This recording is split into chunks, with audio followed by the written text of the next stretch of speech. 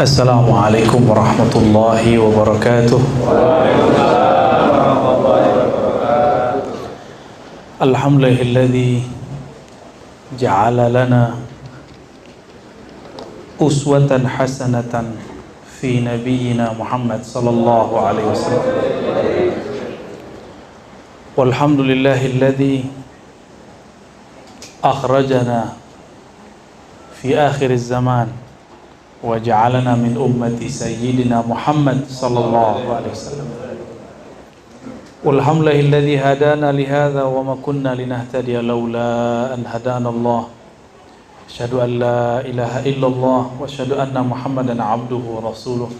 Allahumma shalli wa sallim wa barik ala nabiyyina Muhammad wa ala alihi wa ashabihi wal mahdi khalifatihi wa sallim. Amma ba'du. Bapak pengurus, katanya ada mau pengurus baru ya? Ya. Semoga siapapun yang mengurus masjid ini termasuk orang-orang yang hatinya terikat di masjid. Amin ya rabbal alamin. Menjadi khadam-khadamnya Allah, khadam-khadamnya Rasulullah sallallahu alaihi wasallam. Mohon maaf sudah menunggu ya.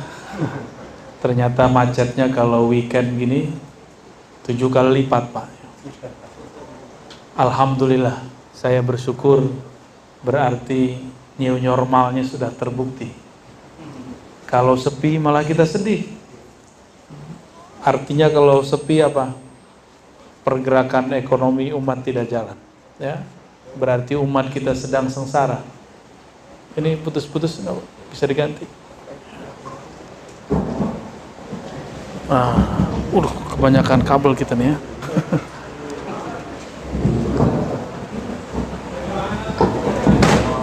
Oke. Ini zaman banyak kabelnya. Ya sudah. Baik, Bapak Ibu yang dimuliakan Allah, mau dengar teori apa dengar cerita?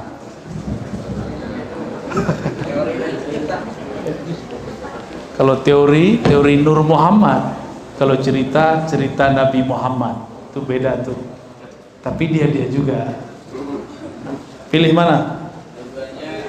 Waduh, tamak sekali ya. Maunya dua-duanya. Abu Hurairah dalam riwayat Imam Tirmizi mengisahkan dialog yang sangat dekat sekali antara Rasulullah dan para sahabat. Apa kata sahabat-sahabat Nabi? Mata wajabat lakan nubuwah. Kita coba ya. Mata wajabat, wah lebih sahih ini ya. Ini kurang sahih Pak, ini Hasan ini. Yang tadi dhaif. Mata wajabat lakan nubuwah.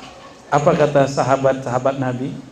Wahai Rasulullah, kapan diwajibkan atas engkau kenabian? Itu terjemahan harfiahnya. Secara maknawi diartikan kapan engkau ditetapkan jadi nabi. Ini hadis siapa nih? Hadis riwayat Imam At-Tirmizi. Imam Tirmizi wafat 279 Hijriah. Gurunya Imam Bukhari wafat 256 Hijriah. Jadi ini berguru ke Imam Bukhari. Dia punya kitab judulnya Al-Jami' As-Sahih, sekarang dikenal dengan Sunan At-Tirmizi. Salah satu guru saya di Betawi, di Jakarta, ada yang ngajar kitab ini, namanya Kiai Ahmad Marwazi. 12 tahun beliau berguru kepada Syekh Yasin Al-Fadani. Saya dengar di Bekasi ada beberapa kiai pernah belajar juga kepada Syekh Yasin Al-Fadani. Imam Tirmizi mengatakan, sahabat bertanya, wahai Rasulullah, kapan engkau ditetapkan sebagai seorang nabi? Kenubuatan engkau kapan ditetapkan? Kapan, Pak? Kapan beliau diangkat jadi nabi? Ayo. Kapan? Ini bukan ujian, Pak, ngecek aja. Kapan beliau diangkat jadi nabi? Umur 25. 40? Ya salam. Nilainya semuanya maudhu. Mau denger yang bener nggak? Yang benernya ini berdasarkan hadis, bukan pakai buku pelajaran sekolah. Maka buku pelajaran di sekolah masih perlu dikritisi, masih perlu diperbaiki. Kenapa? Karena di dalamnya tidak bisa membedakan antara bi'tsah dan nubuwah. Bi'tsah diutus sebagai rasul. Kalau nubuwah bukan kerasulan. Nubuwah itu adalah inti kerasulan. Apa arti nubuwah? Yang diberikan kabar, yang diberikan ilmu khusus. Nubuwah itu ilmu yang khusus Allah berikan langsung dari hadiratnya kepada hambanya. Yang dapat ilmu ini disebut nabi, posisinya disebut nubuwah. Kapan itu? Bukan umur 40, bukan umur 25. Umur 40 itu wahyu pertama turun. Wahyu tasyri' pertama turun, yaitu Iqra. Tapi wahyu-wahyu nubuat sudah turun, maka wahyu terbagi dua. Ada wahyu nubuat, ada wahyu risalah. Wahyu nubuat sudah ada bahkan sebelum Nabi lahir. Maka Nabi bisa cerita mengenai alam masa lalu. Tapi kalau wahyu risalah, umur 40. Disebutkan di kitab Imam Tirmizi juga. Wa bu'itsa fil arba'in. Dia diutus pada tahun ke-40. Lalu beliau mengatakan, inni la'arifu hajaran di Makkah. Aku masih ingat ada satu bongkah batu di Mekah. Yusallimu alayya, menyapaku waktu aku berada di Mekah pada malam unzila alayya, pada malam aku diangkat menjadi seorang rasul. Jadi Nabi itu ketika diangkat jadi rasul, itu alam semesta mengucapkan salam. Hatta sebongkah batu yang keras itu tahu bahwa yang dekat yang melewatinya seorang rasul sallallahu alaihi wasallam. Itu umur berapa?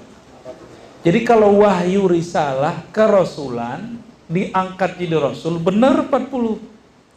Kalau diangkat jadi nabi tidak ada riwayat yang menyebutkan satupun bahwa beliau diangkat jadi nabi umur 25, enggak ada, Pak.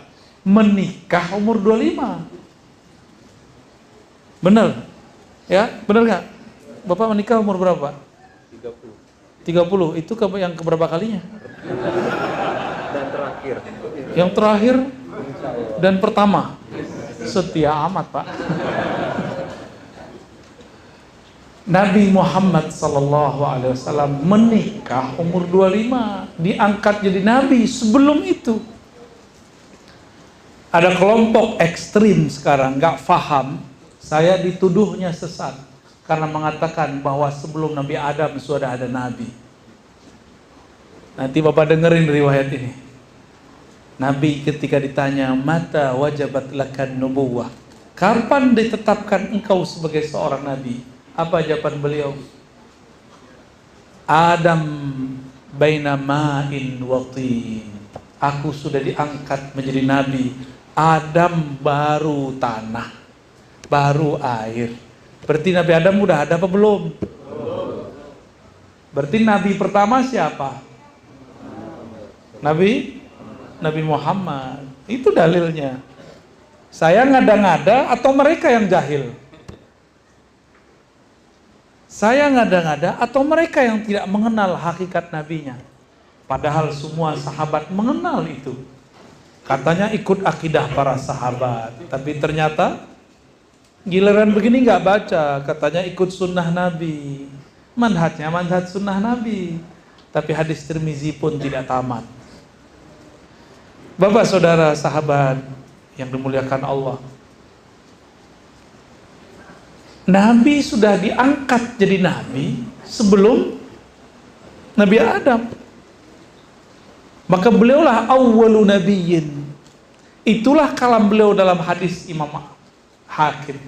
Kuntu nabiyyan. Aku sudah diangkat jadi nabi, Adam belum tercipta.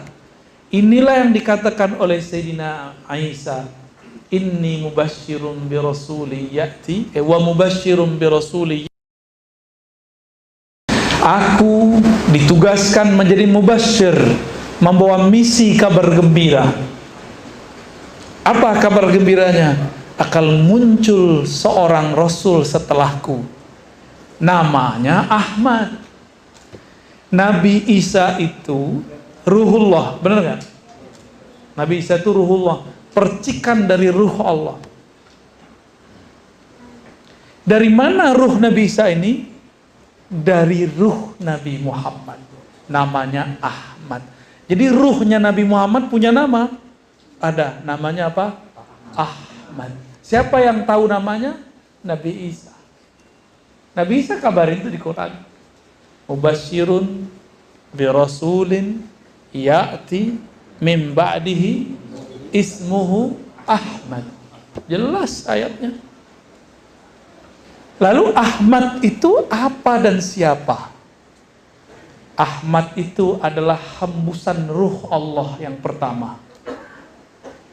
Maka bernamalah Ahmad itu Ruhullah. Apa namanya? Ruhullah. Di saat itu belum ada langit, belum ada bumi. Bahkan belum ada langit, belum ada bumi. Sudah ada Ahmad Ruhullah. Apa arti Ruhullah? Hembusan Allah Subhanahu wa ta'ala. Jangan dibayangkan hembusan kita, Pak. Hanya Allah yang tahu rahasianya. Seperti apakah, bagaimanakah. Kapankah itu masanya? Itu masa sebelum masa alam penciptaan.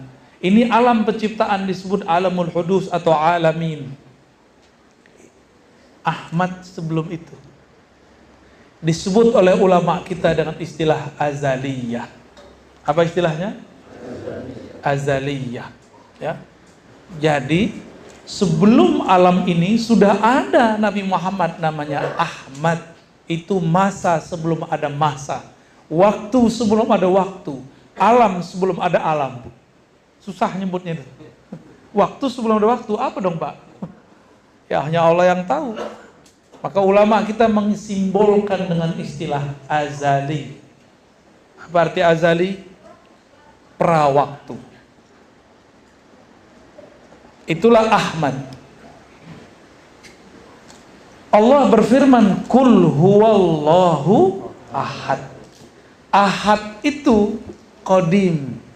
Masanya kapan? Sebelum azali lagi. Sebelum azali, itu namanya masa ahadiyah. Allah hanya sendiri dengan ketunggalannya, keesaannya. Jadi Allah maha jomblo, Pak. Hanya Allah yang boleh sendiri. Bapak nggak boleh sendiri, Pak ya? Telat umur 30. Kirain 30 itu udah yang ketiga kalinya. Ya, yang sono mau nambah. Baik, fokus Pak ya. Saya yang nggak fokus, bapaknya udah serius-serius amat ya. Lalu Ahad ini disebut masa sebelum adanya masa azaliyah. Hanya dialah sendiri. Maka disebutlah Allah wujud qidam baqa, qidam qadim. Ini masanya. Saya mau tanya Pak, kalau kita tawaf berapa kali tawaf? 7 kali ya. Baru kemudian kita keluar ke sa'i. Alam semesta ini sebenarnya tawaf, bergerak. Perputarannya juga sama. 7 kali alam semesta bergerak. Itulah satu kiamat. Baru 1 hari di alam azali. Di masa azaliyah ya, kita kalau nggak sebut itu alam, sebut saja masa sebelum masa. Nabi mengatakan nanti kamu di surga akan bertemu Allah. Jika masuk ke surga Firdaus, surga tertinggi, surga terbawah enggak, surga yang di bawahnya juga enggak, hanya surga tertinggi. Bertemu Allah di waktu pagi dan sore. Tapi Jangankan pagi dan sore. Dalam hadis yang sahih riwayat Imam Muslim, Tirmizi dan lainnya, satu pohon di surga kalau dilewatin 100 tahun baru selesai ujungnya. Bayang-bayang di bawah. Itu kalau kita jalan dari ujung kiri ke ujung kanan 100 tahun. Gimana Pak? Pohon di surga tuh. Pohon di surga itu satu biji, subhanallah. Maka Bapak kalau baca subhanallah, langsung Allah tanam satu pohon di surga. Dan tingginya sangat tinggi, panjangnya sangat panjang. 100 tahun perjalanan baru bisa diselesaikan. Nabi mengatakan, kamu satarawna rabbakum, engkau akan memandang kepada Allah di surga Firdaus. Cuma hanya di waktu pagi dan sore. Antara pagi dan sore 500 tahun, sore ke pagi 500 tahun, siang malam di sana sama dengan 1000 tahun. Berarti bertemu Allah cuma sekali 1500 tahun. Lama atau cepat itu Pak? Nggak ada apa-apanya 30 tahun menjomblo.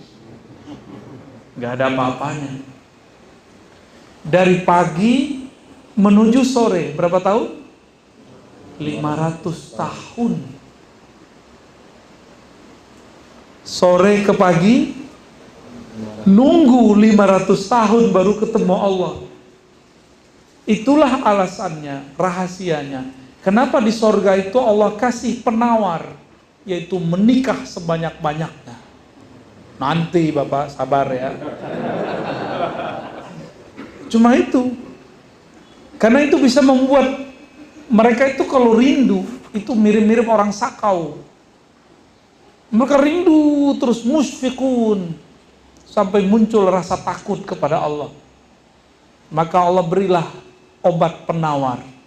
Diizinkan makan seenak-enaknya, minum seenak-enaknya, selezat-lezatnya, kawin sebanyak-banyaknya.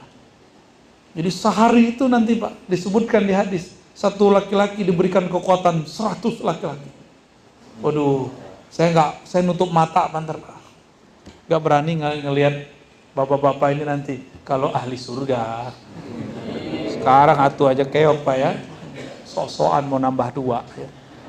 Nanti di sana.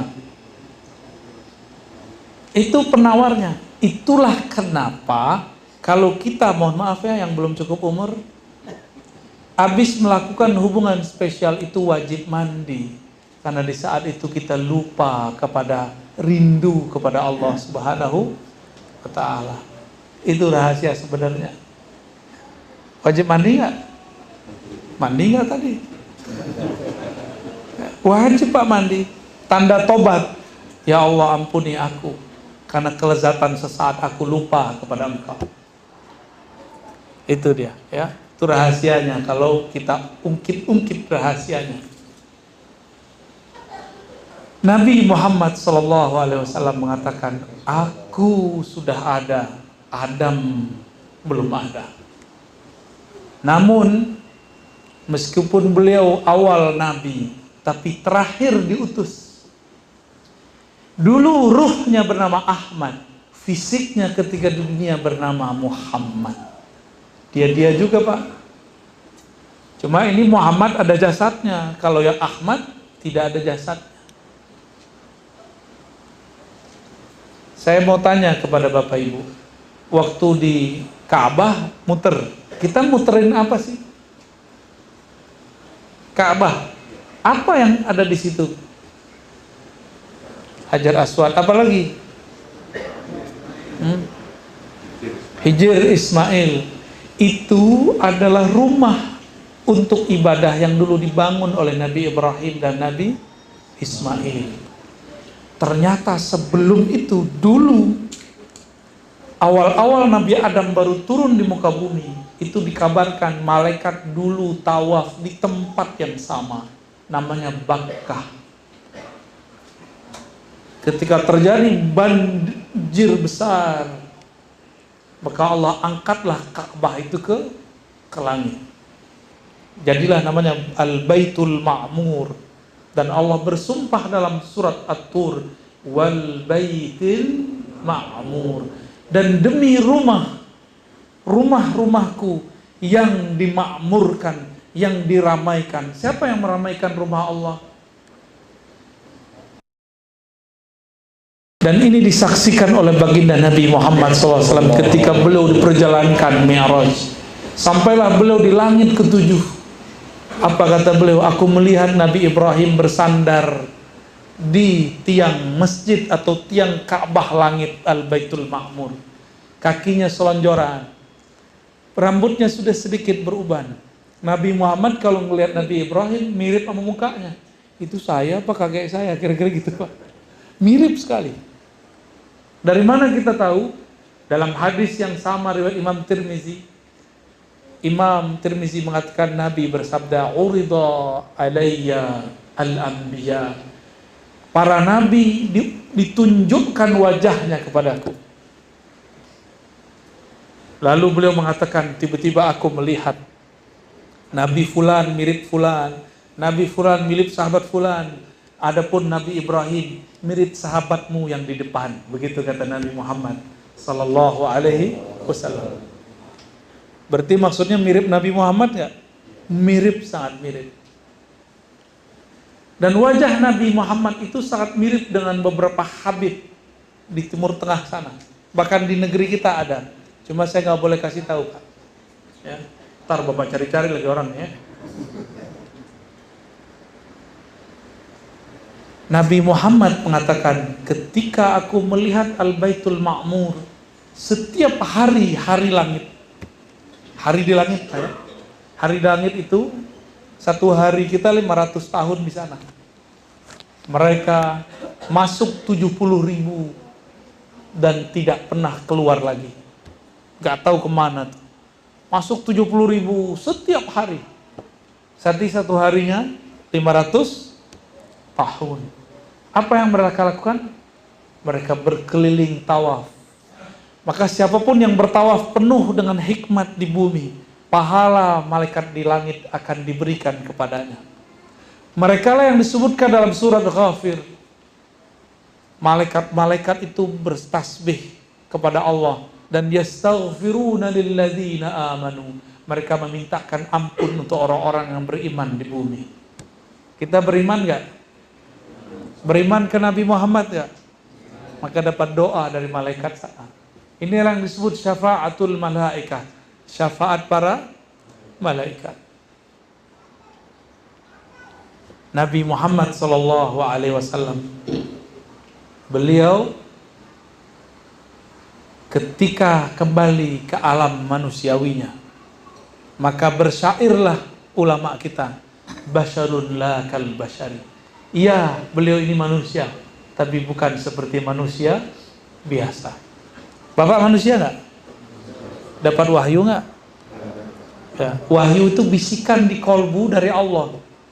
Dapat bisikan nggak? Paling bisikan mau kawin lagi ya. Itu bukan wahyu Pak, itu nafsu.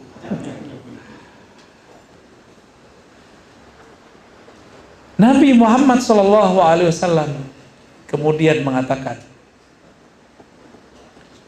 ketika aku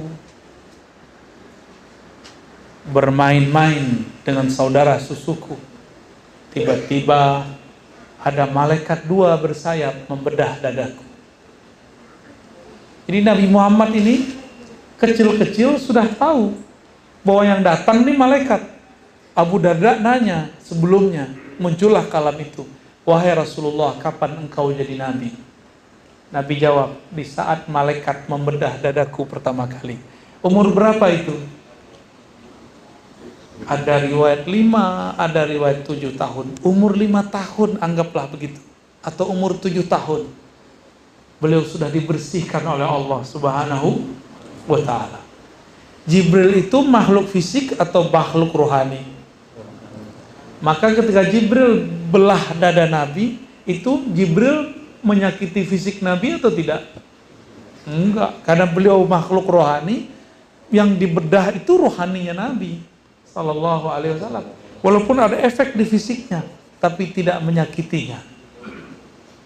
Sallallahu Alaihi wasallam.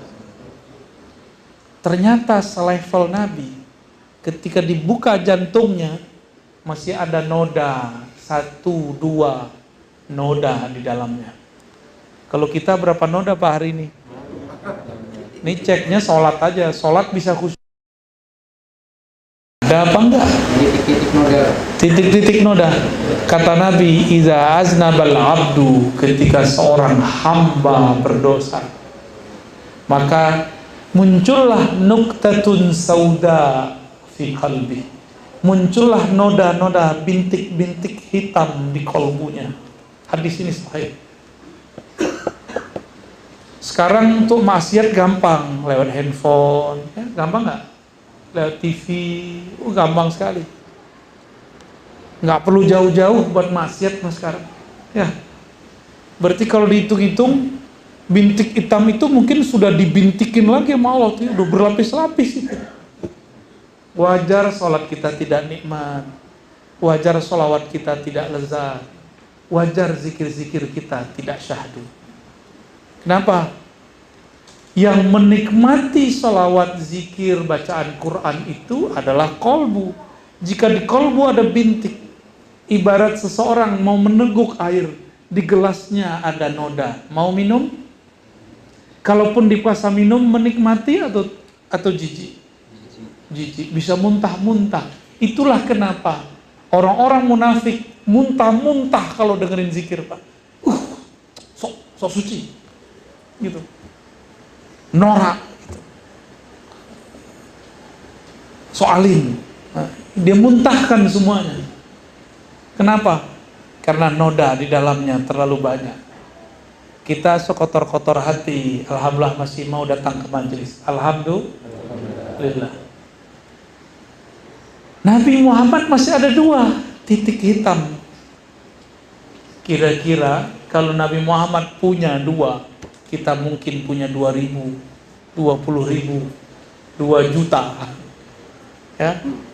Berarti Nabi Muhammad kena percik dikit, tapi ternyata percikannya bukan percikan syahwat. Itu pun noda hitam, bukan dari syahwat. Kalau kita dari syahwat. Ini perbedaan kita dengan Nabi Muhammad sallallahu alaihi wasallam. Maka Nabi itu karena beliau ini higienis kolbunya. Kolbu higienis Pak. Kotor dikit beliau rasa.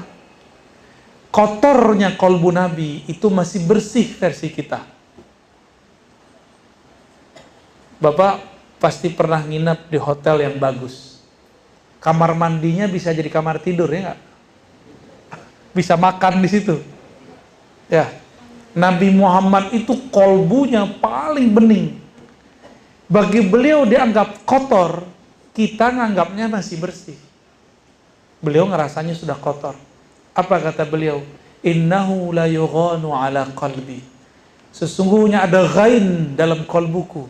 Cahaya menutupi kolbuku. Jadi Nabi ketutup cahaya sehingga bisa melihat surga neraka. Nabi berpaling sedetik saja dari Allah. Belum menganggap itu maksiat, itu dosa. Sedetik beliau lupa kepada Allah, asik dengan surga neraka, asik dengan alam-alam lain. Bagi Nabi itu dosa. Maka beliau istighfarkan satu salah itu 70 kali setiap hari. Kira-kira kita gimana Pak? Silaunya handphone, silaunya YouTube. Berapa kali itu menyilaukan kolbu, tapi kita tidak pernah membersihkannya. Ya, wajar kolbu ini tidak siap menerima zikrullah. Wajar kolbu ini tidak pernah menikmati salawat kepada Rasulullah Sallallahu Alaihi Wasallam. Makanya kita nggak bisa merasakan Nabi itu hadir.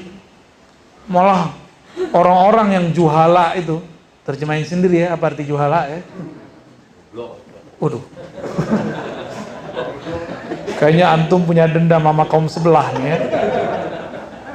Diam-diam aja Pak ya. Tuh, ditambah lagi nih. Kayaknya ini pernah dihardik sama mereka nih. Kalau saya lebih dari dihardik Pak, dilaknat saya sama mereka. Tapi saya biasa aja. Betul, dibilang dajjal saya. Lah, dajjal mata kita masih ada 2. Ya salam, ya salam. Mereka bilang saya Dajjal, tapi mereka nggak percaya keturunan Nabi. Padahal Al-Mahdi keturunan Nabi. Siapa yang Dajjal ya? Nanti dibalik Pak, Al-Mahdi yang asli Dajjal yang asli disebut Al-Mahdi. Akan ada masanya. Kalau nggak sanggup minta meninggal duluan Pak ya. Serius tadi ngomong serius. Kalau nggak sanggup mending minta wafat sebelum. Tapi kalau ingin berjuang, ayo hidupkan majelis maulid. Karena kalau hidupkan majelis maulid nanti kita akan mempelajari kisah-kisah Nabi. Dari kisah Nabi akan terpola. Oh begini karakter Imam Mahdi di akhir zaman. Nanti karakternya nggak jauh beda. Saya sebutkan hadis tadi. Kapan engkau ditetapkan jadi Nabi ya Rasulullah? Ya. Apa aja kata Nabi? Adam belum dicipta, aku udah jadi Nabi. Nabi Musa tidak diizinkan untuk melawan Dajjal. Nabi Isa dikalahkan oleh Dajjal. Walaupun nanti di akhir hayat Dajjal yang bunuh Nabi Isa. Bahkan Khawarij pun tidak diizinkan oleh Rasulullah dibunuh di hadapannya. Tapi nanti yang menghadapinya adalah seorang umat dari umatnya, keturunan dari cucu-cucunya. Berarti keturunan ini lebih kuat daripada generasi sebelumnya. Lalu siapakah keturunannya itu? Karena dia secara nasab keturunan Nabi, maka secara rohani adalah pewaris Nabi. Nabi Muhammad itu mewarisi Ahmad, benar nggak? Maka Al-Mahdi mewarisi Nabi.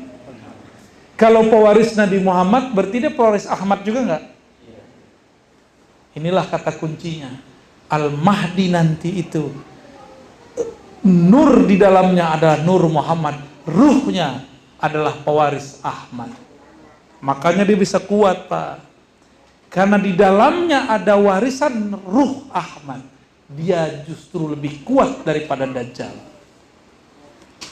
Itulah alasannya kenapa Nabi Isa waktu datang, Nabi Isa nggak mau jadi imam. Karena dia tahu si yang di depan itu pewaris Ahmad. Nggak pantas seorang Nabi Isa menjadi imam baginya. Ini ada kisah Ibnu Abbas. Ibnu Abbas ini mirip Nabi Isa lah di zamannya. Hibrul Ummah, sangat alim. Bisa melihat Jibril 2 kali. Dan Ibnu Abbas wafat Rasulullah umurnya 13. Dalam waktu rentang itu dia pernah melihat Jibril berapa kali? Ajib nggak tuh? Ajib luar biasa. Abdullah bin Abbas ya, itu diceritakan bahwa ia berkhidmat waktu menginap Rasulullah di rumah salah satu istrinya. Di rumah Maimunah, Rasulullah bangun malam hari, dulu nggak ada keran Pak. Gak ada PDAM, sumur jauh. Ibnu Abbas yang masih kecil ngambil air ke sumur yang jauh malam hari, lalu menyediakan air wudhu dan mandi untuk Rasulullah SAW. Dia nggak tidur ketika Nabi tertidur. Dia tunggu kapan Nabi keluar, maka dia keluar. Selesai Nabi berwudhu, Nabi nanya, siapa yang menyediakan air ini? Maimunah bilang, bukan saya wahai Rasulullah. Sepertinya Abdullah bin Abbas. Dia cuma khidmah loh. Ketika sholat Nabi Muhammad, dia langsung kelutuk-kelutuk. Sholat di samping Nabi, tapi di belakangnya, samping belakangnya. Nabi lihat Sayyidina Abdullah bin Abbas sholat di bagian kiri Rasulullah. Maka ditarik oleh Rasulullah ke bagian kanan. Ditarik sejajar dalam hadis Imam Bukhari dan Muslim. Setiap ditarik sejajar, dia diam sejenak lalu dia mundur 1 langkah. Ditarik oleh Nabi ke depan, dia mundur lagi 1 langkah. Begitulah terus sampai selesai sholat. Nabi bertanya, wahai Abdullah, kenapa kamu mundur ketika aku tarik? Apa jawaban Abdullah bin Abbas? Apakah pantas seorang Abdullah bin Abbas sejajar dengan kekasih Allah? Karena 2 ilmunya ini. Pertama, dia khidmah kepada Nabi, menyediakan air wudhu. Yang kedua, dia tahu adab padahal masih kecil. Dia kemudian didoakan oleh Nabi, Allahumma faqihu fid din wa 'allimhu ta'wil. Ya Allah, ajarkan dia kefaqihan agama dan ajarkan dia ilmu memahami takwil dan tafsir Quran. Maka tiada sekarang ilmu tafsir kecuali cabang dari ilmu Abdullah bin Abbas. Apa khidmah beliau? Cuma menyediakan air, lalu pasang adab, tidak mau pernah sejajar dengan Rasulullah. Diberkahi Pak hidupnya. Maka saya simpulkan, jika ingin kita hidup berkah, khidmahlah kepada pewaris Rasulullah, beradablah kepada mereka. Maka anak keturunan kita akan dijadikan oleh Allah tentara-tentaranya, ulama yang alim, aulia-aulia yang tajam ma'rifatnya. Insya Allah. Sekarang banyak orang nyebut-nyebut hadis Nabi tapi tidak beradab. Banyak orang nyebutkan sunnah bid'ah tapi tidak ada perasaan. Sayang sekali, mereka dapat dalil tapi tidak dapat adab membaca dalil. Semoga keluarga kita, keturunan kita, saudara-saudara kita semua diberikan ilmu khidmah dan ilmu adab. Amin ya rabbal alamin. Udah 9:30 Pak, lewat 10. Sampai subuh Pak. Sampai subuh kurang 10 jam. Kayaknya seneng banget didongengin ya. Emang itu dongeng? Bukan Pak. Itu kisah hakiki yang saya ceritakan semua. Dan tiada riwayat yang dhaif. Semua yang saya ceritakan semuanya sahih kalau nggak hasan. Kalaupun dhaif dia sudah naik menjadi hasan. Yang saya ceritakan itu semua ya. Jadi insya Allah yang kita sampaikan, saya jaminannya bahwa itu hadis-hadisnya, riwayat-riwayatnya kuat ya. Ini zaman apa? Mana dalilnya ya. Udah kita kesebutin dalilnya, nggak percaya juga dia karena kita bukan ustadznya ya. Tapi ya sudahlah. Cukup ya? Cukuplah. Apa mau tanya jawab? Ada tanya jawab? Ada. Ya udah tanya jawab deh, silakan. Ya, fadhal.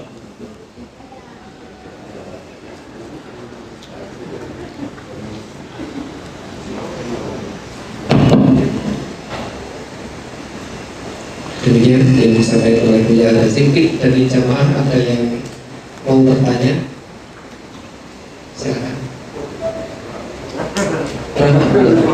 Dua atau tiga? Dua aja. Wah. Ya jangan jawab itu.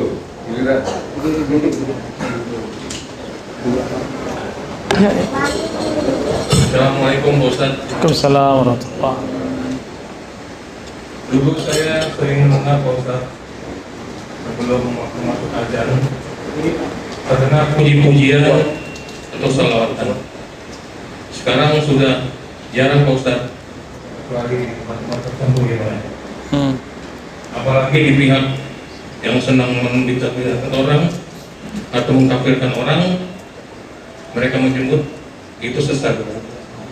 Kemarin Pak Ustadz, saya ke suatu tempat pendidikan, hampir 75% itu anak didiknya hafiz Quran, tapi tidak ada satu pun yang bisa bersalawat. Mohon penjelasan Pak Ustadz, terima kasih. Masya Allah.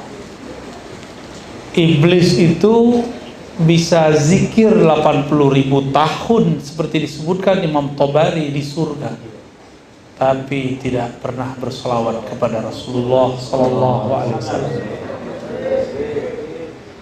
Nabi Adam baru dicipta, tapi dia langsung berselawat kepada Nabi Muhammad SAW. Maka Allah ajarkan beliau al-asma, nama-nama di alam semesta. Sedangkan iblis hanya diberikan zikir tapi tidak diberikan ilmu. Ini pesan panjang Pak. Iblis, Dajjal, Khawarij itu satu paket. Hafal zikir, hafal ayat, tapi tidak bersolawat. Solawat itu pelembut kolbu. Orang tidak bersolawat, kolbunya kering, kolbunya keras. Solawat itu membuat kolbu bercahaya. Karena Al-Quran itu turun kepada yang disalawatkan. Kalau nggak ada Nabi Muhammad, ada nggak Quran? Nggak diturunkan Al-Quran. Kalau Nabi Muhammad belum ada, Quran sampai sekarang belum turun, Pak. Iya. Jadi Al-Quran diturunkan ke Nabi Muhammad, maka orang yang diturunkan kepadanya Al-Quran. Sebelum Al-Quran itu diturunkan, Allah sudah salawat dulu. Innallaha malaikatahu yusholluna 'alan nabi. An-nabi di situ itu An-Nabi Ahmad. Al-Quran belum diturunkan, Allah sudah berselawat. Al-Quran belum sudah diturunkan, orang belum hafal Quran. Salawat itu sudah ada sebelum hafalan dia. Al-Quran belum diturunkan, Nabi Adam sudah salawat. Jadi lebih tua mana? Maka salawat ini bagian dari kalam-kalam Allah. Kalam-kalam Allah salawat itu. Lalu kita tirukan. Itu bedanya. Ya. Maka orang yang jauh dari salawat, dia jauh dari yang memegang kunci surga. Yang memegang kunci surga siapa? Mereka tuh lupa. Dapat hadis bahwasannya Al-Quran ya'ti syafi'an li ashabihi yaumal qiyamah. Kan ada begitu. Akan datang bawa syafaat pada hari kiamat kepada ashabihi. Al-Quran datang. Siapa Al-Quran itu? Aisyah ditanya, apakah akhlak Nabi? Jawaban Aisyah, khuluqul Quran. Fal Quran huwa Muhammad sallallahu alaihi wasallam. Jadi Al-Quran itu sebenarnya Nabi Muhammad itu sendiri. Gak ada Nabi Muhammad, gak ada Quran. Apa? Ajaran sesat, Pak?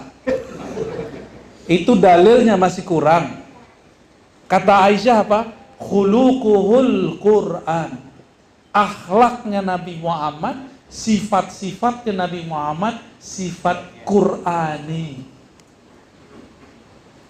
Jadi hafal Quran gak sholawat ke Nabi, hafal Quran gak maulidan, hafal Quran gak mengenal Nabi. Aduh, Bapak ini semangat sekali. Sepakat, Pak. Tapi pewarisnya. Apa kata iblis dulu kepada Adam? Ana khairum minhu. Saya lebih baik dari dia. Apa kata malaikat dulu ketika malaikat-malaikat malaikat Azazil, yaitu yang menjadi iblis. Ketika semua malaikat datang kepadanya minta doa, dia doakan semua malaikat tapi dilupa mendoakan dirinya. Apa kata dia? Hadakumullah. Semoga Allah memberikan kalian hidayah, tapi dia lupa mendoakan dirinya. Maka iblis mendoakan malaikat dapat hidayah, tapi dia sendiri jauh dari hidayah. Maka karakter iblis zaman now sama, Pak. Kita didoain, kita aminin, Pak, tapi dia lupa mendoakan dirinya sendiri. Iblis ketika diusir, ketika dia dimurkai oleh Allah, dia menyalahkan Allah. Yang disalahkan siapa? Allah. Ya Allah, kan aku begini, engkau juga yang ngatur gitu. Nah, dia menyalahkan dirinya, menyalahkan takdir Allah kepada dirinya. Beda dengan Nabi Adam. Nabi Adam ketika ada masalah nyalain siapa? Nyalain dirinya. Inilah perbedaan waladi Adam dengan walad iblis. Walad, tahu arti walad? Bukan kualat, Pak. Walad, anak keturunan Adam, kalau salah bersama, yang dia salahkan dirinya. Kalau walad iblis, enggak. Udah jelas dia salah, yang dia salahkan orang lain. Dia cari kambing hitam. Maka sekarang, nih coba ntar lihat, Pak, terjadi bencana. Kata mereka, itu karena kalian tawasulan. Ya, tak terjadi bencana. Apa kata mereka? Karena kalian buat bid'ah di masjid dengan maulid. Ya salam. Maulid itu menyebut nama Nabi. Nyebut nama Nabi, sholawat nggak dari tadi? Sallallahu alaihi wasallam. Sholawat itu penolak bala. Jadi yang bikin tolak bala bukan kajian yang begitu, kajian yang ada sholawatnya kepada Rasulullah sallallahu alaihi wasallam. Apa dalilnya? Man shalla alaiya sallallahu alaihi asyara marrat. Udah hafal semua kita dalilnya. Siapa yang sholawat kepadaku, Allah bersolawat kepadanya 10 kali. Sholawat Allah itu rahmat. 1 sholawat 10 rahmat. Berarti 10 bala tertolak. Maka kalau orang sini nih sholawat semua. Mana sholawat kampung ini corona nggak bisa tembus ke kita, Pak. Walaupun dia ada, tapi tidak mempengaruhi hidup kita. Insya Allah. Maka saya berharap teruskan majelis maulid. Bahkan kalau perlu buat maulid tiap bulan. Ya. Yang ada sholawat terus. Supaya kita tambah kenal Rasulullah. Bahwa Rasulullah itu rahmat. Rasulullah itu bukan sesuatu yang menegangkan. Terakhir saya menyebutkan ya, Abdullah bin Mas'ud itu mengatakan, kami kalau mendapatkan suatu pengalaman spiritual, kami menganggapnya itu rahmat. Kalau kalian menganggapnya aneh-aneh, kata beliau.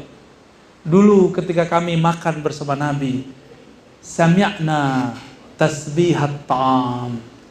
Kata Abdullah, kami dengar itu makanan bertasbih. Canggih gak sahabat Rasulullah? Dengar Pak, air tasbih. Udah dapat belum ilmu begitu? Belum ya? Gimana ntar jadi tentara akhir zaman? Sahabat yang bisa berdialog dengan alam itu, mereka yang selamat waktu ketika ada perempuan Yahudi meracuni Nabi. Nabi disalamin oleh daging yang diracuni. Ya Rasulullah, assalamualaikum, ana masmumah. Bukan masmumah, itu bukan nama itu. Bagus ya namanya? Masmumah. Jangan kasih nama anak masmumah. Masmumah itu artinya diracun. Penting Arab bagus, Tat. Enggak. Jadi itu si daging diracuni oleh perempuan yang menyajikan, mengundang Rasul. Dia pengen uji, kalau ente benar Rasul pasti disapa. Sahabat yang lain ada yang bisa berdialog dan bisa mendengarkan salamnya. Daging. Ketika mereka mau makan, kedengeran ngucapin salam. Assalamualaikum. Assalamualaikum ya Rasulullah. Ini bukan khurafat, Pak. Ini asli. Ini riwayatnya sahih semua. Abdullah bin Mas'ud yang bercerita, kami mendengar tasbihnya. Tapi ketika kejadian di masa yang lain, Nabi Muhammad diundang perempuan yang ingin menguji kerasulan Nabi. Sahabat-sahabat sudah makan. Mereka yang makan tidak pakai bahasa basmalah, mati di tempat. Yang pakai basmalah cuma sakit-sakit perut aja, Pak. Main cerak aja besok. Ya. Itulah hebat bismillahnya sahabat Nabi. Kecuali Khalid Al-Walid, kalau dia baca bismillah, tiada satupun yang merusak badannya. Itulah debus Al-Khalidiyah. Thariqat Khalid bin Walid. Itu terjadi ya. Jadi nggak usah khawatir Pak, biarin aja mereka ya. Kita buat majelis maulid. Siap Pak pengurus? Pengurus yang baru? Nanti ada Mi'raj, buat lagi. Ada Rojaban, buat lagi. Ada Sya'ban, 15 Sya'ban, buat lagi majelis. Semua majelis itu mengingatkan kita kepada amal Nabi Muhammad sallallahu alaihi wasallam. Itu bukan amal NU Muhammadiyah PRT, bukan. Sebelum ada NU Muhammadiyah sudah ada 15 Sya'ban. Di Sya'ban kan udah ada sebelum itu. Sebelum semua mazhab sekarang ada, sudah ada. Ya, sebelum ada NU Muhammadiyah, sebelum ada Salafi, sebelum ada Jamaah Tabligh, udah ada belum Maulid Nabi? Udah ada. Yang buat bukan orang Syiah, yang buat Sultan Muzaffar, Salahuddin Al-Ayyubi. Semuanya ahlus sunnah wal jamaah. Satu lagi ya pertanyaannya, yang di belakang. Ya, fadal. Assalamualaikum warahmatullahi wabarakatuh. Assalamualaikum. Semoga Pak Ustaz selalu dalam lindungan Allah. Amin ya Rabb. Amin ya Rabb. Tadi Pak Ustaz ada menyebut tentang Nur Muhammad, Pak Ustaz. Mohon diberikan penjelasan. Lalu yang kedua, saya pernah dengar ceramah mengenai cara membangkitkan Nur Muhammad. Mungkin Pak Ustadz bisa menjelaskan lebih dalam lagi. Terima kasih. Wassalamualaikum warahmatullahi wabarakatuh. Assalamualaikum. Nur Muhammad sallallahu alaihi wasallam. Nur itu adalah sesuatu yang membuat kita bisa melihat sekitar. Itu yang disebut nur. Nur Nabi Muhammad sallallahu alaihi wasallam ini adalah pancaran yang muncul dari ruh Ahmad. Jadi ketika beliau mengatakan kuntu nabiyan, aku sudah jadi nabi. Adam belum sudah ada nur Nabi Muhammad. Mana lagi dalilnya? Dalilnya Allah berfirman, Allahu nurus samawati wal ard. Nurnya Allah itu namanya Nur Muhammad. Ya. Lalu apalagi dalilnya bahwa yang awal dicipta Allah Nur Muhammad? Ada. Tapi bukan pakai hadis palsu, pakai Quran aja. Pakai Quran cukup. Dalam Al-Quran mirip lafaznya dengan doa iftitah. Inna salati wa nusuki wa mahyaya wa mati lillahi rabbil alamin. Terus di ujungnya wa ana awwalul muslimin. Aku adalah yang pertama muslim. Jadi Nabi Muhammad mengatakan, aku yang pertama muslim. Islam, apa arti Islam? Tunduk kepada Allah Subhanahu wa ta'ala. Yang pertama tunduk itu, itulah Nur Muhammad sallallahu alaihi. Jadi guru-guru kita dari dulu mengatakan inilah dalil di Quran mengenai awalul muslimin. Jadi kita nggak perlu pakai dalil awwalu ma khalaqallahu nura nabiyyika ya Jabir, itu hadisnya dhaif. Laulaka ma khalaqtul aflaq, kita nggak perlu pakai hadis itu. Kalau bukan karena engkau tidak diciptakanlah alam semesta, kita nggak perlu pakai riwayat itu. Itu riwayat semuanya bermasalah. Kita cukup pakai riwayat yang sahih.